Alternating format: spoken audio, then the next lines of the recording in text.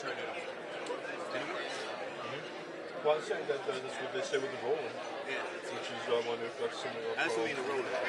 BRB. I said extra. You got it. What's up, man? How you doing? Hey, got you in your shoes?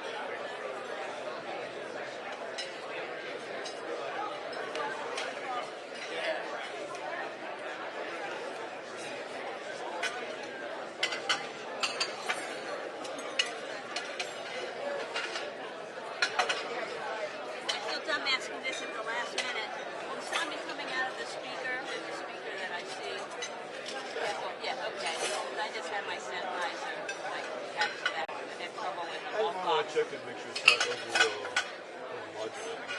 Yeah, it's hard to check until they talk. Yeah. Thanks.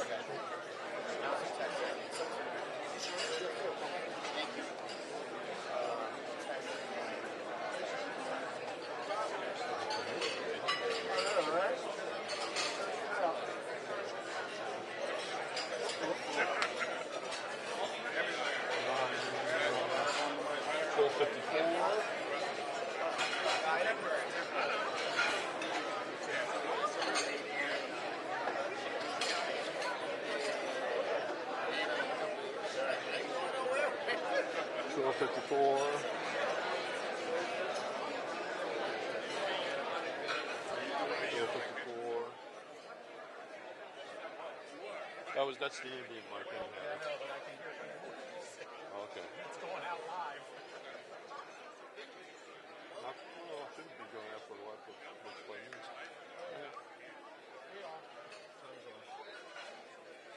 5 minutes to start. We are live.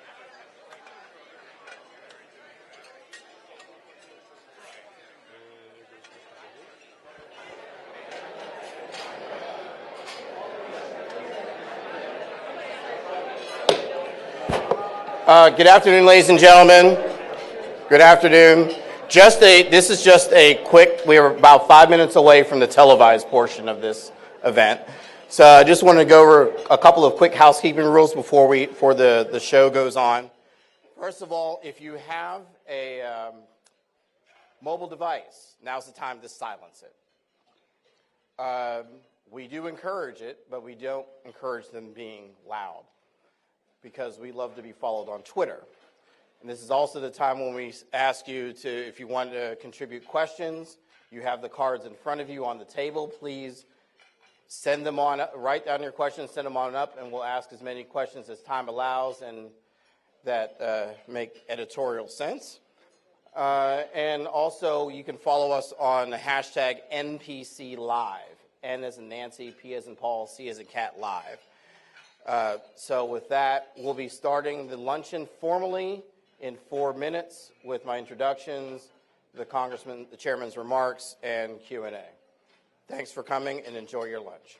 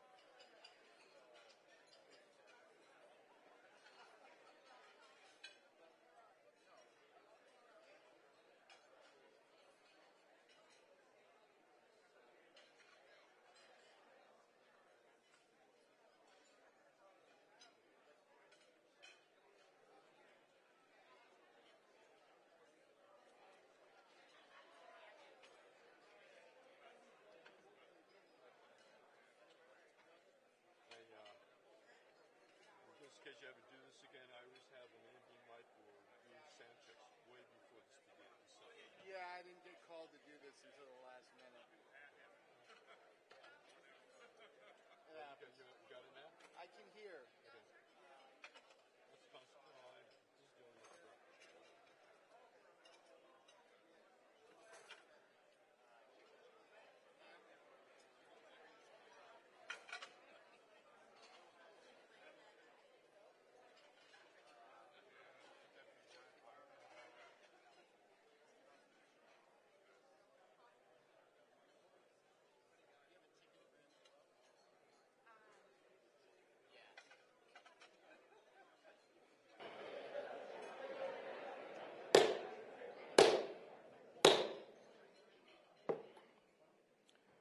Good afternoon, everybody. I'm sure that gavel woke you up, right? Welcome to the National Press Club. the world's leading professional organization for journalists. My name is Jeff Ballou, news editor with Al Jazeera Media Network, where my colleague Mahmoud Hussein has been unjustly imprisoned by the government of Egypt for 957 days. And we call for his immediate release along with other detained journalists. I am grateful that you all came today, and I'm particularly grateful for my fellow members who've been asked to come back and pitch hit for our 112th president, Alison Kojak, who is getting some well-deserved rest while she prepares for her new duties leading the investigations unit at the Associated Press, having just left National Public Radio. And thanking the members, as always, for putting their trust in me to have served as their 110th president in 2017. Today, we welcome our headliner, Congressman Elijah Cummings, Democrat from the state of Maryland and chairman of the House Committee on Oversight and Government Reform. Before I get into the formal introduction, we're going to introduce the head table and a couple of housekeeping rules. The latter first. If you do have a question for the chairman, those of you in the ballroom, you have your cards on the table. Please write them down and pass them up front. And we'll try to ask as many of them as time permits and so forth. Also, if you have a mobile device and you have slipped in there in the past few minutes and did not hear my earlier warnings before we went live, please silence your cell phones.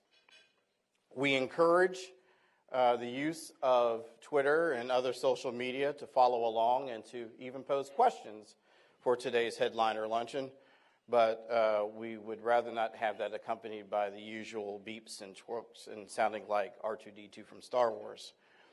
Now, I'd like to introduce the head table. From my left, Mike Smith, a member of the club, CEO at Greensmith Public Relations, and a member of the National Press Club's Headliners team, and a volunteer at the New Era Academy in Baltimore, which the congressman has a lot of involvement with.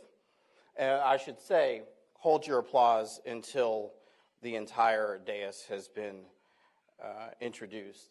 And to our those who are listening on radio and watching on television, if there are applause or other expressions of approval or disapproval, we hope not the latter, it is a reminder that the general public is invited to our luncheons and not a symbol of any journalistic bias one way or the other. Next to Mike, Lisa Matthews, News Assignment Manager at the Associated Press and a member of the National Press Club Board of Governors. Jonathan Salant, Washington correspondent at New Jersey Advance Media and one of my predecessors who served as president of the National Press Club. Firdaus Al-Farouk, who loves to simply be called Danny around here at the club. Medical regulatory reporter at MedTech Insight and member of the National Press Club Board of Governors. Jeff Barker, Washington reporter at the Baltimore Sun. Robert Costa, national political reporter at the Washington Post and host of Washington Week in Review and a member of the club as well. Dr. Maya Rocky Moore Cummings, chair of the Maryland Democratic Party and the spouse of Congressman Elijah Cummings. Skipping over me and skipping over the speaker for a moment. Lori Russo, president of Stanton Communications and co-chair of the National Press Club's Headliners team. Sam's not quite. Well, as always. Sam Feist, who's the Washington bureau chief at CNN, is a member of the club. He's rushing over here. It's been a very busy news day, as we all know, but we'll introduce him when the time comes. Alana Treen, White House reporter at Axios. Bob Weiner, president of Weiner Public News and the National Press Club member who organized today's luncheon. Thank you, Bob, for you and Lori and the team. Jennifer Cummings, daughter of the congressman. Nikki Schwab, my fellow Southwestern Pennsylvanian and Washington reporter at the New York Post. And Jennifer Jacobs, White House reporter at Bloomberg News.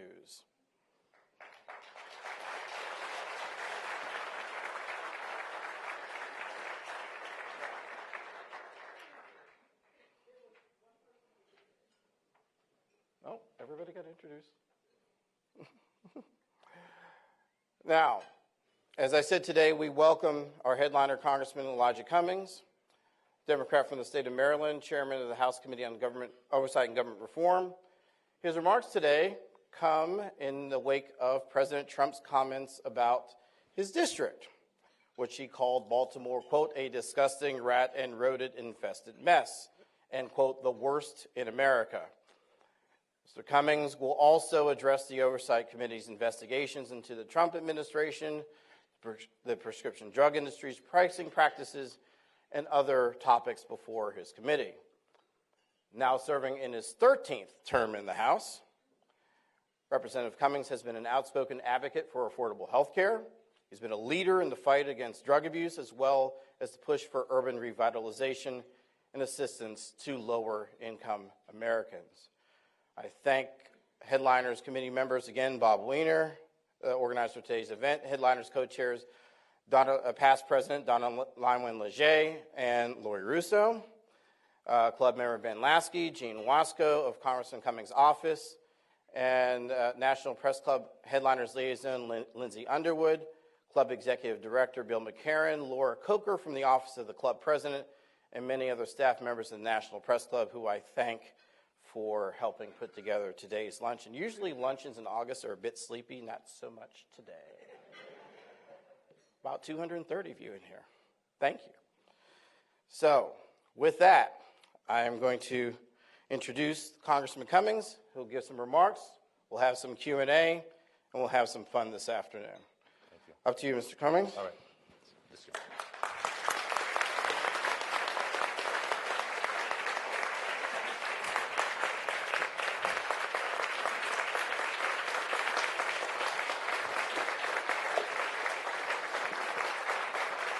Get the water.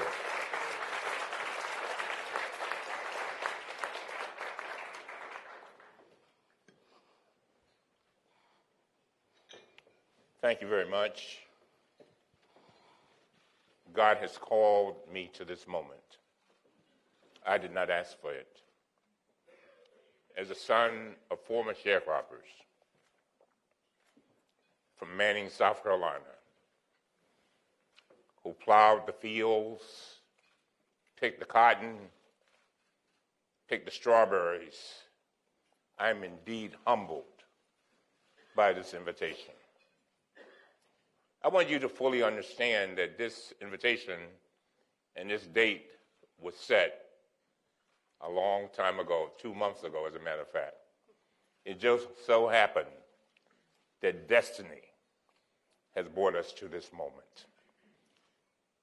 I would like to thank the National Press Club, your President NPR's Allison Kojak, Bob Weiner, and Jeff Ballou. And I want to thank all of you for inviting me to join you today for this conversation. It is my hope that our hour together will be a conversation among citizens about the state of our government and the future of our precious country and our democracy, by the way. But before we begin, I want to take a moment to address the recent mass shootings that took the lives of people this past weekend. I got to tell you, first of all, let me express my sympathy and condolences to the families. And I also want to thank our first responders, those who go into dangerous situations to save lives. I thank God for you.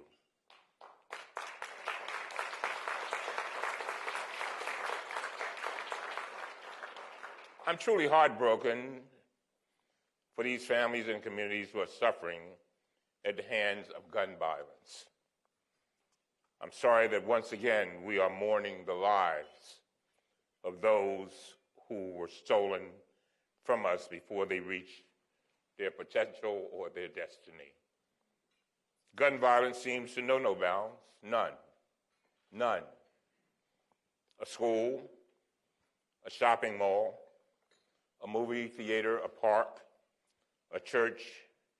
Sadly, the only things that have changed is location. The only thing. I'm a man of deep faith, and I believe that prayer works. But the American people are begging us for more than thoughts and prayers. They want action, and guess what? They want it now, because they know that this is a critical moment in our history. That is why I have co-sponsored the Bipartisan Background Checks Act, which would require background checks for firearm transfers between private parties. This bill passed the House, and I call on the Senate and Mitch McConnell to take it up and consider the measure. And then I want the president to sign it. We want action.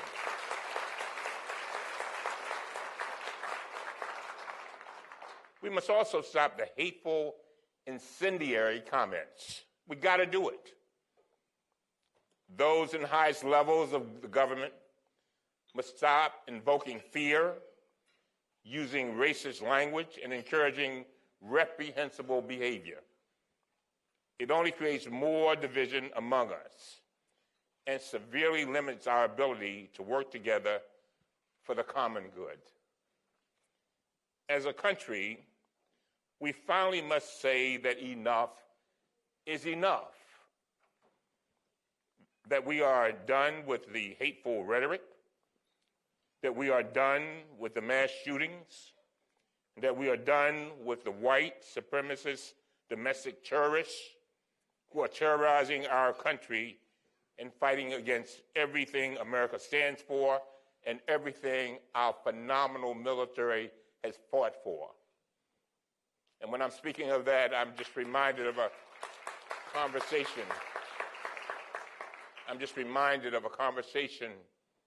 That I had with my 10-year-old niece this weekend. She said, Uncle Elijah, 10 years old now, Uncle Elijah, are they going to put us in cages? Are they going to put us in cages? That's coming from a 10-year-old. We're better than that. We must stand together with those who we do not look like, with those who we disagree with, and recognize that we have more in common than we have that separates us.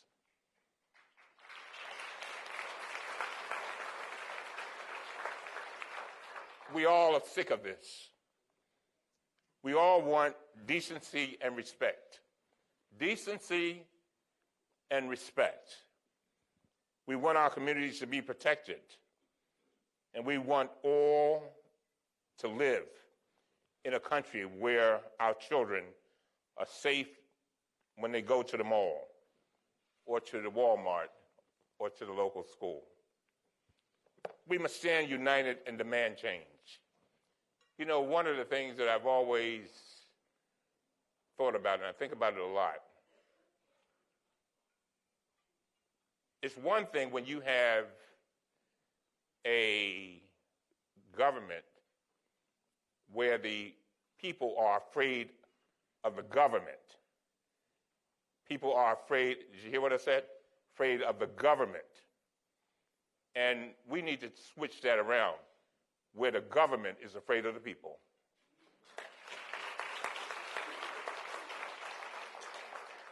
And I have some hope. I have hope because I know that so many people at home in every city in this country are watching the communities of El Paso and Dayton in pain.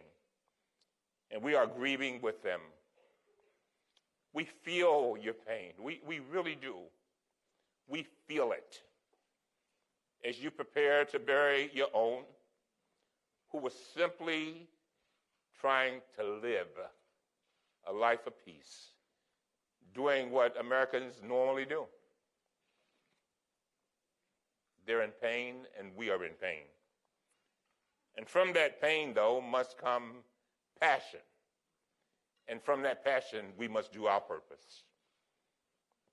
We must shift that pain into action and demand that our government finally take serious action to prevent people intent on killing from obtaining guns and put an end to this senseless violence. Now let me turn to our discussion for today. I will touch upon the great work, and I do mean it, the great work my committee is doing and trying to do to eliminate waste, fraud, and abuse of this administration and our efforts to address critical issues like prescription drug prices. I will also briefly address the blatant attempts to attack my community in Baltimore, and in so doing, to divide us as a country and to distract us, and I want to emphasize that, distract us from all the understanding that unites us and combat the dangers that our country faces. I was born along with my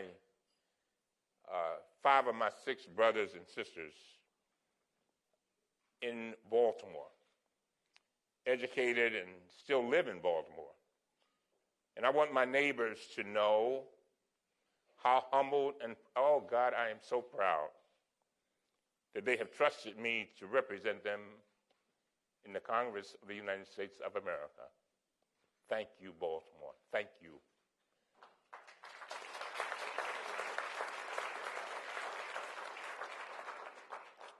My neighbors, by and large, are the most determined, hardworking, and deserving people I know. People anyone, and especially our national leaders, should be proud to commend as their countrymen and women. They are no different than people of Texas or Ohio or anywhere else in our great nation. We have honest and candid conversations. We do not hesitate to critique and protest what we are as lacking and as wrong with our city. These criticisms are necessary, for they are the birthing ground of constructive change. At the same time, however, unbalanced criticism can be self-reinforcing, causing us to doubt our ability to improve. And we're improving every day. When I hear the criticism from anyone about the city, what bothers me the most is that we have people stepping on the hopes of our children and the hopes of our people. When I have my niece asking, are they going to put us in cages? There's just something wrong with that. Our children must know that we are doing everything we can right now to ensure that they will have a better future. I will do my part until I die to make sure that happens. Time is precious, and I will not waste it on anything attempting to distract me from my purpose and my mission. When I became the chairman, I said I wanted to conduct rigorous, responsible oversight and address the issues that matter most to the American people. That is what my committee is doing and trying to do. We are addressing issues like prescription drug pricing, voting rights, criminal justice reform, opioid abuse. Each one of these issues are dear to my heart, and I have been addressing them a long time. My committee's first hearing this year was on the rising cost of prescription drug prices. We heard from a mother, a lady named Ms. Worsham. Listen to this. This was the first witness that appeared before my committee as chairman. And Ms. Worsham told us about her 22-year-old daughter who was rationing her insulin because she could not afford it. It was $333 a month. She died. She died. You hear me? 22 years old. She will never reach her destiny. She's gone. $333 a month. I convened another hearing before the August recess where we heard directly from patients who described the devastating impact of not being able to afford their life-saving medications. They represent the millions of patients all over this country who need our help, and they need our help desperately. That's why I launched an investigation into these high drug prices. The American people simply want to know why drug companies are increasing the prices so drastically. What happens to those proceeds and the steps Congress can take to make drugs much more affordable. Oversight is the first step to finding the building and support for effective, lasting solutions that can really address problems. Oversight starts with gathering facts, and you all should know a lot about that. This is in your self-interest, members of the press. If we are being blocked and not getting the information that we need to hold the administration accountable, then we've got a problem. And that's exactly what's been happening. Oversight, gathering facts. The committee has collected tens of thousands of pages of documents in response to our requests to these drug companies. Our staff is analyzing the materials we have, and we've received quite a bit so far, and we're expecting to collect even more. But it's interesting that the Republicans on my committee, listen up, wrote the drug companies and told them not to cooperate with us. You hear me? They told them not to. And that's unheard of. And by the way, let me put a footnote right here to don't let the Congress off lightly.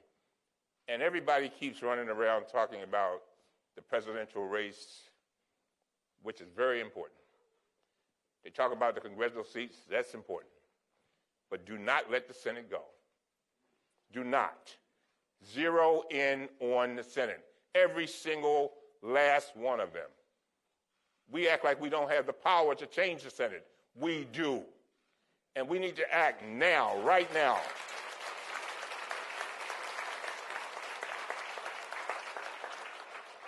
So we also are investigating reports of voter suppression. And let me tell you why that's so near and dear to me. My mother, on her dying bed at 91 years old, uttered some words to me that I shall never forget, that are part of my DNA. She's lying on her deathbed. And she didn't say, Elijah, I love you. She did not say, Elijah, I'm proud of you.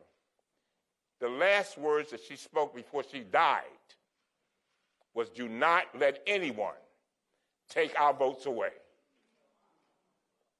Those were her last words. So we also investigating these reports of voter suppression. And let me say this. I get tired of people, and you in the press, again, should appreciate this. They want us to be blinded by what we see. Blinded by what we see. And I submit to you, we are so much better than that.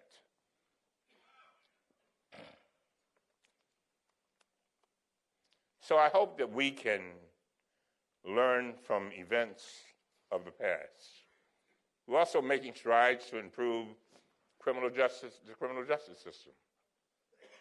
The House passed my bill, the Fair Chance Act. The bill would prevent the federal government from requesting criminal history information for applicants until they reach the conditional offer stage. Very, very important in helping folks get jobs. We're also addressing the opioid epidemic.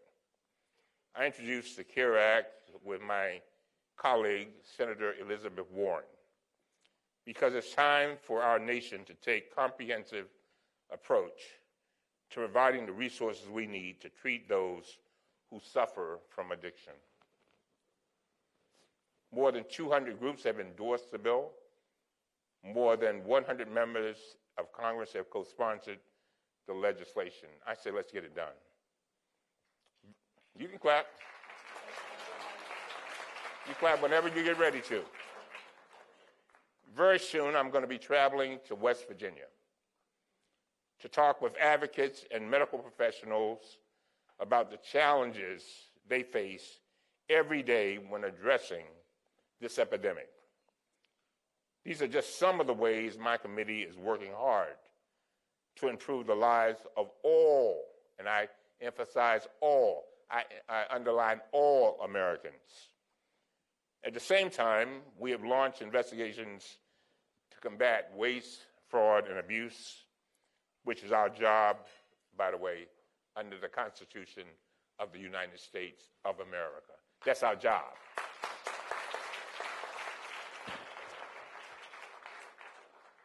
For example, we are investigating the administration's inhumane child separation policy and the decision to add the citizenship question to the census.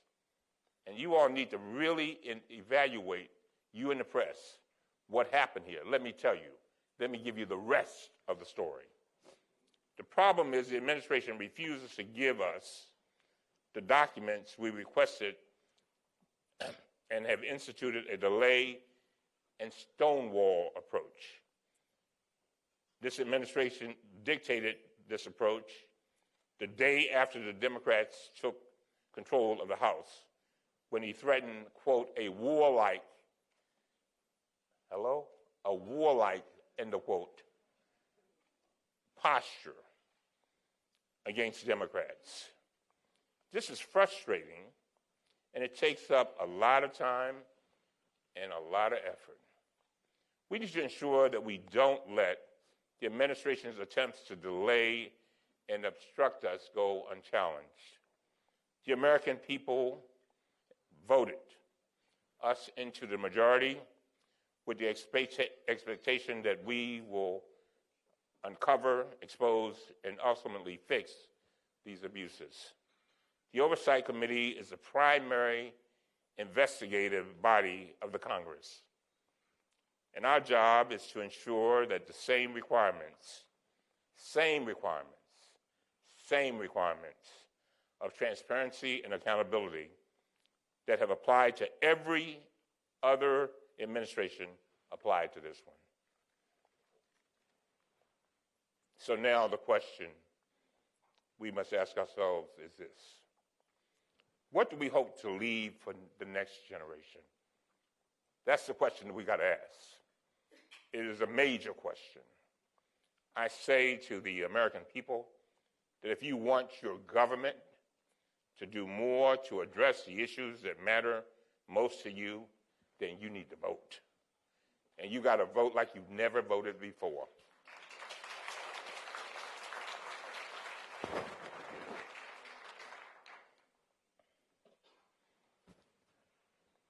If you want your elected officials to work for you and not for their own self-interest, then you need to vote. If you want more from the highest levels of government, if you want more, only if you want more, you need to vote. You need to get up and vote. It's time for America to wake up and pay close attention to what this administration is attempting to do. For example, despite warnings from, now listen to this carefully, despite warnings from internal experts within the Commerce Department that adding a citizenship question would be costly and harm the accuracy of the enumeration, this administration used the Voting Rights Act, of all things, as a pretext to try to add a citizenship question to the 2020 census. New documents revealed this spring suggest that the administration wanted to add the citizenship question in order to gerrymander legislative districts to help Republicans. That's not fair. That's not right to any of us. That means the billions and billions of dollars that are allocated through formulas, the redistricting to make sure that we have fair representation would not be accurate. We would not get what we had paid into. And I want to remind the taxpayers of America, by the way, you pay taxes, and you deserve the very, very, very, very best from our government. We must have high expectations of our government.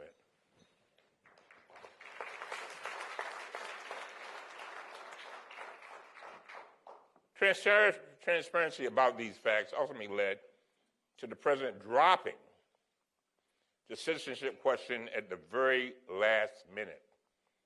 Imagine what would have happened if activists, Congress, and the media turned a blind eye to their efforts. I urge everyone to take a long look at the actions and policies of this administration to determine how they will vote in the next election. I want to leave you with this thought. We are engaged in a fight for the soul of our democracy. I said that before our president and administration won. As a matter of fact, I said it to the Democratic caucus. I said to them, this is not about Trump. This is not about Hillary. It's much bigger than that. This is a fight for the soul of our democracy, and we have to understand that.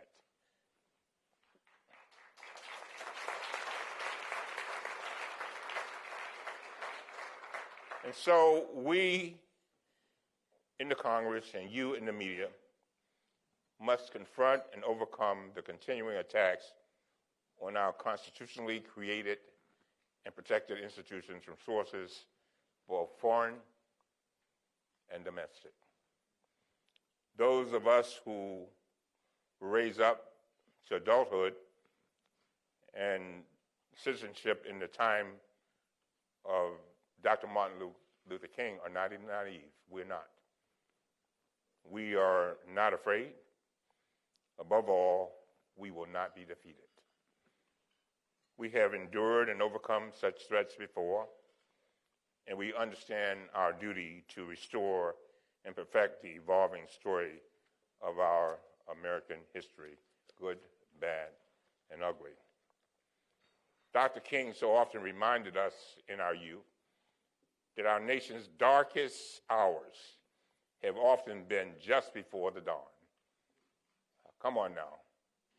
And let me, go ahead, you can clap.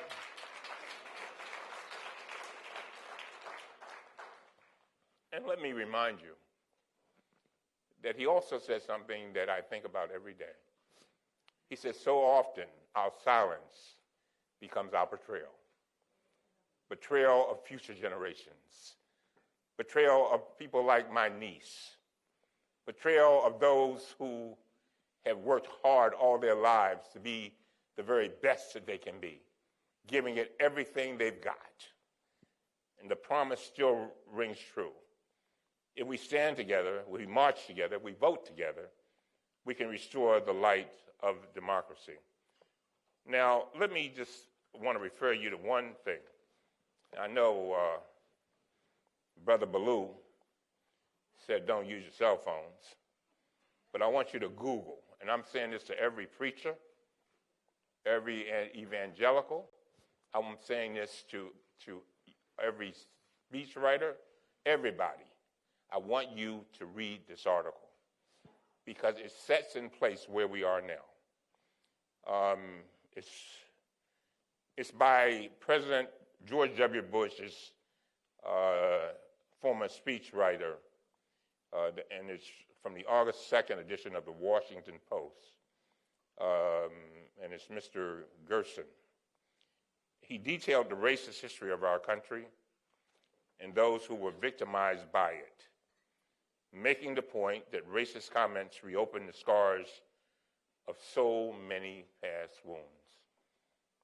He also made a critical point that the president's racist comments expand the divide in our nation, and that those who allow those comments to go unchecked are enabling them. I want to thank my wife, Maya Rockymore Cummings, Dr. Maya Rockymore Cummings, amen, and my daughter, Jennifer Cummings, for being with me today. And make sure you read that article. Everybody, make sure you read it.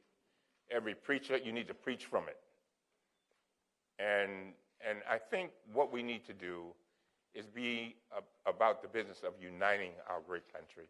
We are truly, truly, truly, truly a great country. But we have to keep it. We have to keep it. And with that, I thank you.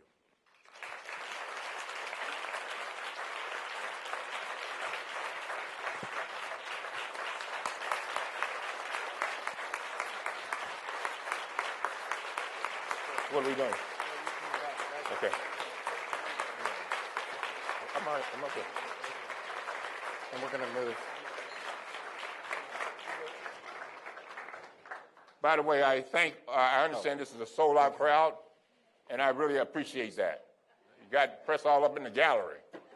Well, y'all up in, yeah. All right.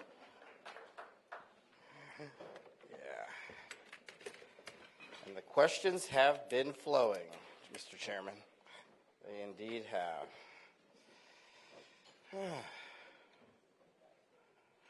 Now, we're going to, Curtis, with your permission, we're going to have a little fireside chat with your help, because many of you have sent, this is, Thank you very much. in case you need it, sir, many napkins.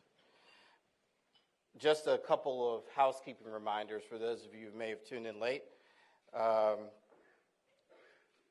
You are watching the remarks of Chairman Elijah Cummings, Chairman of the House Government Reform and Oversight Committee of the United States Congress, 13-term congressman from Baltimore, Maryland. And to our audience, both here in the ballroom and those who are listening and watching, signs of applause and other signifying is also are signals that we do invite members of the public to our luncheons, and so therefore, it's not necessarily coming from those of us in the audience and on the dais who are members of the press, who have to maintain our neutrality. You've had a lot to say, Mr. Chairman. Yeah, I did. On the president's visit to El Paso and Dayton, and just for the sake of trying to move things along, since you very much want something done, should Congress cancel recess and come back to address gun control legislation? When you got people dying, come on now. People are dying. You hear what I say? People are afraid. They're afraid to even go to the movies. They're afraid to go shopping. They're afraid to go about their daily lives. I have so many of my constituents. And by the way, I represent a very diverse district, very. I have the richest of the rich and the poorest of the poor. And I literally have all people coming up to me with tears running down their face. Please, please, I do not want to turn on the news anymore. Please help us save our country. And they are very serious about that. So I think that we have a responsibility, Mr. Ballou, to do what is ever necessary to save lives. So I'm prepared to go. You talked about your bill that you passed, that's passed the House and awaiting Senate action. Yeah. And recent days, have you actually spoken to anybody in the Senate, Senate Majority Leader McConnell in particular, to move this background check legislation? I'm constantly trying to talk to my counterparts, the folks over in the Senate.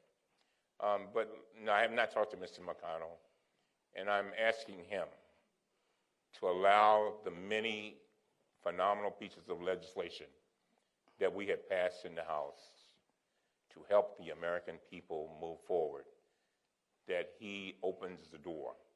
Right now, he's blocking and doing everything in his power to do that. And so I just ask him humbly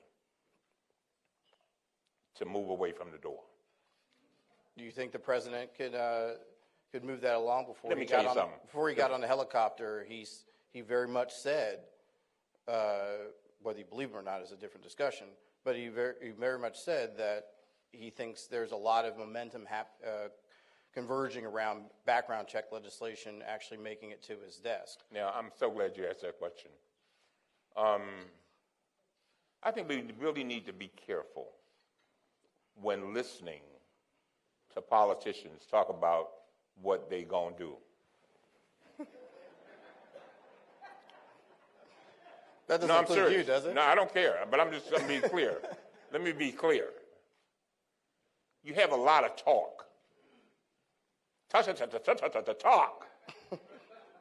But in the end, nothing happens.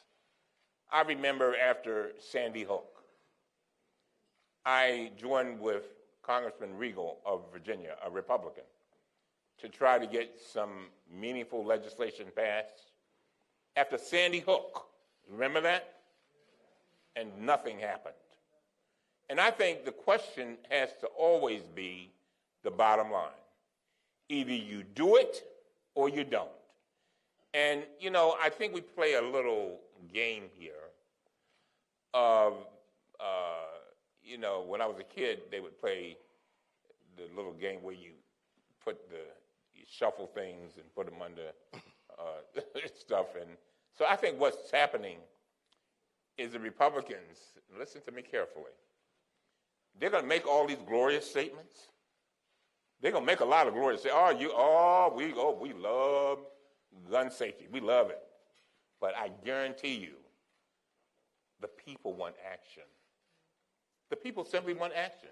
So what they'll do, I think, is they'll make these glorious statements, and then they'll know they can make these statements without any repercussions, and they figure the president's got their back. And even if the president says some nice things, I believe it's a situation where McConnell's got his back. So again, what we have to do is demand results. And I would say to every editorial board in the world, you must ask for action. What have we resulted in? What has come out of this? I do believe, as I said to Michael Cohen, do not ask the question in these difficult times of why did something happen to you. Ask the question, why did it happen for you? And I do believe that this is a moment in our history that journalists will be the ones who open the doors of government and bring us to a new sense of normal. Let me just nail that down. Has Speaker Pelosi told you that she plans to call back Congress? I'm sorry, say it again? Has the Speaker I said haven't talked to her anything? about it. No. Okay, just wanted But to. I would wholly support her if she did. By the way, I think Speaker Pelosi is a phenomenal woman. I really do. She is courageous, and she is one of the few people that I know of that can galvanize this Congress to address the issues of the American people. And her conscience is in sync with her conduct every single day. And so I believe in her, I trust her, and I think if you're looking for signals as to where we should be going, look to Speaker Pelosi. Now, I don't want to spend too much time on gun violence, but there are a couple things that have been popping up in the questions. As you know, the president is making his visits to Dayton and El Paso. He said before he got on the helicopter that his rhetoric, quote, brought people together. How would you size up the president's remarks, either this morning or his former remarks recently, sufficient as Consoler-in-Chief? Let me be clear. I want the president, as these many families begin to bury their dead, to be a consoler-in-chief. It is so important. And that's what I want from him. That's what people expect from leadership. You know, I remember when President Obama was president, we had a big meeting in of the Democratic caucus. And somebody was complaining about him not speaking up on certain things. And President Obama said something that I shall never forget. He said, I didn't speak about it because I realized that every syllable that comes out of my mouth affects the world. And he said, so I'm very careful about what I say. And I would hope that the president would consider that. And I would hope that he will embrace these families. I know many of them. I was watching the news this morning, thanks to you all. And there were protests and what have you. And so, that's all I want from him right now. And to sign the bills, of course. Do we have a gun problem, an anger problem, a race problem, or a mental health problem when you have these sorts of You have all of incidents? that. You have all of it. I mean, you've got people who need to have mental treatment, mental illness treatment. You've got people who are bent on doing harm. And you got people who are, they're like on the edge. And I think sometimes these comments push them a little further. And it's rarely that I go through a week without getting a death threat. Rarely. And I'm just trying to do my job. I'm just trying to do my job. I'm doing what the people paid me to do. I'm doing what I swore to do. I'm doing what the Constitution says I must do. And, you know, some people get it confused. I remember when I first was being interviewed by the New York Times. This is before I became chairman. And they said, you know, they say that you are the president's worst nightmare. I said, that hurts my feelings.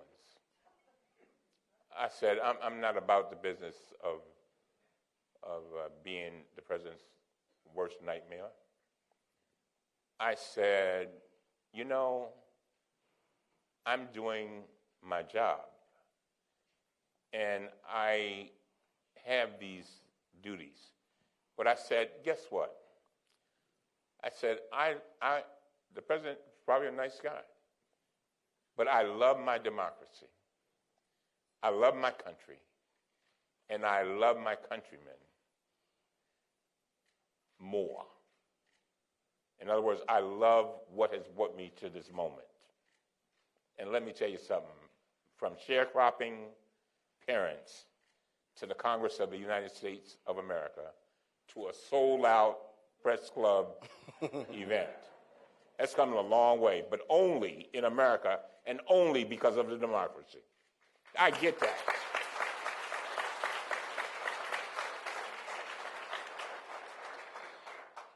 As you indicated during your remarks between the time you agreed to come here and today, the president made your appearance a bit more newsy from his remarks, targeting your district. Mm-hmm. But your own governor has recently said, Larry Hogan, that you can't put all the blame on Baltimore City on the president. You can, in fact, you say, I don't think you can put all the blame Remind on him the that he's state. a Republican. Okay? Yes, yes. All right, go ahead. Republican, and he prides himself on being the son of a member of Congress who helped advance the impeachment proceedings of President Nixon. But he did say that you could do more to help. And everything that you've been trying to do at the state level, you'd love to have more help from the White House and from the Congress to help the state, help the city. What more do you think can be done? Lots can be done. All the cutbacks with regard to that would affect cities have been significant. And you know what? I want President Trump to come to my district. I want him to, oh God, I want him to come so bad. Have you spoken to him? Have you asked him? No, I can't get to him. So you all are doing a good job of that.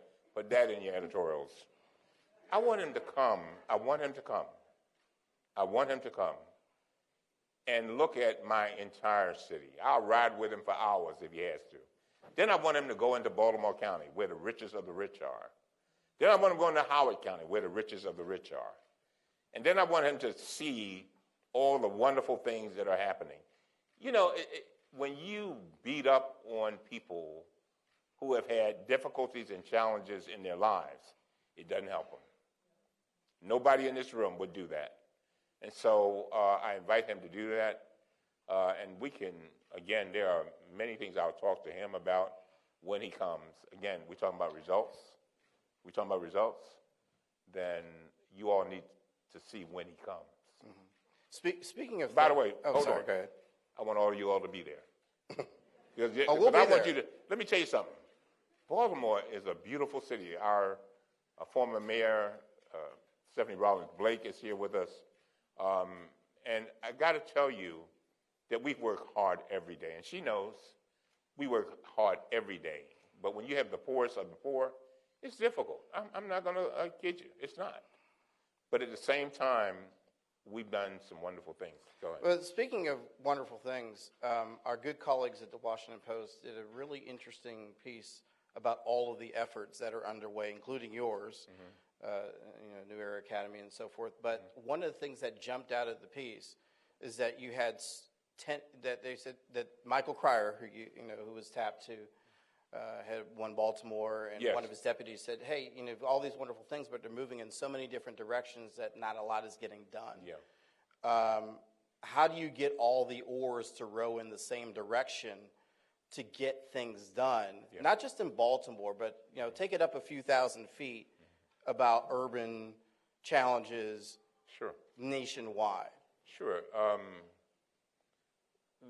You're right. We all have to be rowing together. And one of the things that I challenged all of our organizations, and by the way, Michael Bloomberg has been phenomenal for Baltimore, and so many, Weinberg Foundation, I could go down the list.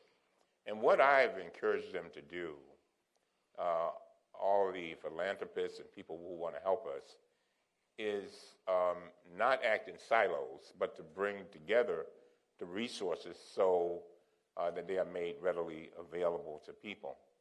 I've often said that there's nothing like an opportunity that you don't know about. And so, again, I would encourage our true leaders to continue to urge folks to come together to work hard. When you have people in your district who are drug addicted, it's tough. And I would ask people, since you all are here, I want you to look at Mulvaney's former district. Look at the stats on that. Just take a look at it. Take a look at it. And you will see it's interesting comparison. It really is. And so, again, we have to take people to higher ground. There's no, one thing I do agree with regard to President Trump. He said it's no time to be politically correct. And he's right. This is no time because we're trying to save our nation. And so we need funds with regard to drug addiction. We need funds to build up our communities. There are. Listen to me, Mr. Ballou. There are thousands of people in Baltimore who are working hard every day. Some of them, they're not operating on a shoestring because they don't have a string. But they are coaching the basketball team. They're tutoring children after school. They're doing everything in their power to allow our children to reach their destinies. And I want to take them to the Fayette Outreach Center, something that I worked on for 20 years. And he will see little children in a very depressed community sitting there learning code with regard to computers. I want to take him to all the different things that we need, and perhaps he will help us. But we need somebody at the top, making our cities, and by the way, rural areas. Don't forget them. Don't forget the rural areas. Don't forget them, because they are very, very, very important. Sometimes every time statements are made about the city, they forget that there are many suffering in Appalachia, which I'll be going to Appalachia in a week or so. They've got a serious drug problem in West Virginia, serious.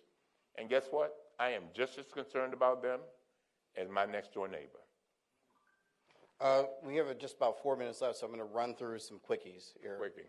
One, since you talked about Appalachian opioids, any prospects for further legislation on opioid abuse? If the Congress, and I want, again, all your editorial boards, all of them, to look at the CARE Act, which Senator Elizabeth Warren and I co-sponsored, because it makes sense. It spends, instead of spending the $10 billion that we're now spending, it would give us $100 billion.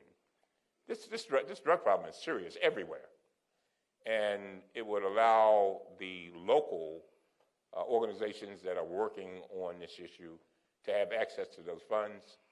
It will take away, we will work on making sure that the doctors are trained and sensitive to drug-addicted people. And it will, again, bring more naloxone, which is a very important life-saving drug. We want to make sure that we get them to the people that need it. The problem is, with naloxone, by the way, is that the supplier of the drug company of naloxone went up on the price, big time. And so we're trying to get that in the hands of people who need it. Two quickies on prescription drugs. The Canada proposal that the president announced caught Canada off guard in terms of reducing prescription drug prices. That's something you've talked about before your committee. And conservatives seem to be, on Congress, seem to be bucking it, calling it socialism. How are you going to get a deal done? That's something that the president said he wants to get done. Well, we're going to, let me tell you something. If the president, you remember what I said a few minutes ago? Hide and go seek. If the president wants to get it done, it will be done. Hello? If the president wants it to be done, understand that. It will be done. You know, this hocus pocus stuff doesn't work when people are dying. Doesn't work. And by the way, let me say this. I got to say this before I know we got a minute. But let me be clear to our presidential candidates. Don't get it twisted. Do not get it twisted. You must read the article that I referred you to. I'm hoping that in the next debate, it will be a part of the discussion. And it is so important that you go for higher ground. I must tell you that Barack Obama was a phenomenal president. A phenomenal president. And I got 15 seconds. And a lot of people may think that I did not cooperate with the Republicans when I was chairman. I cooperated to the nth degree. I signed 700 letters with the Republican investigating the Obama administration. 2 last questions, and before that, I'm going to present you with our National Press Club mug that we present to all Oh, speakers. wow. Just what I needed. Wow, thank you. Drink your tea. Thank you very much. Last 2, any closer to impeachment, and are your Ravens going to beat my Steelers this year? Well, let me start with the second question. You want to wage something on it? I'll wait. We're going to beat you, man. We're going to hurt you. And what was the other question? On any impeachment, any closer? I got so excited about that one. I have said over and over again that the time for impeachment may come. And I take the guidance of this phenomenal woman, Nancy Pelosi, because I'm on the inside. And the day that any administration disobeys a court order, then I'm for impeachment. Because you see, by that time, we're in trouble. I mean, we're in big trouble. What that says is that the laws do not matter. And I want you to understand, the guys on my block, you know, the regular, everyday guys, they ask me the question over and again, is there 2 forms of justice? Is there 2 forms of justice?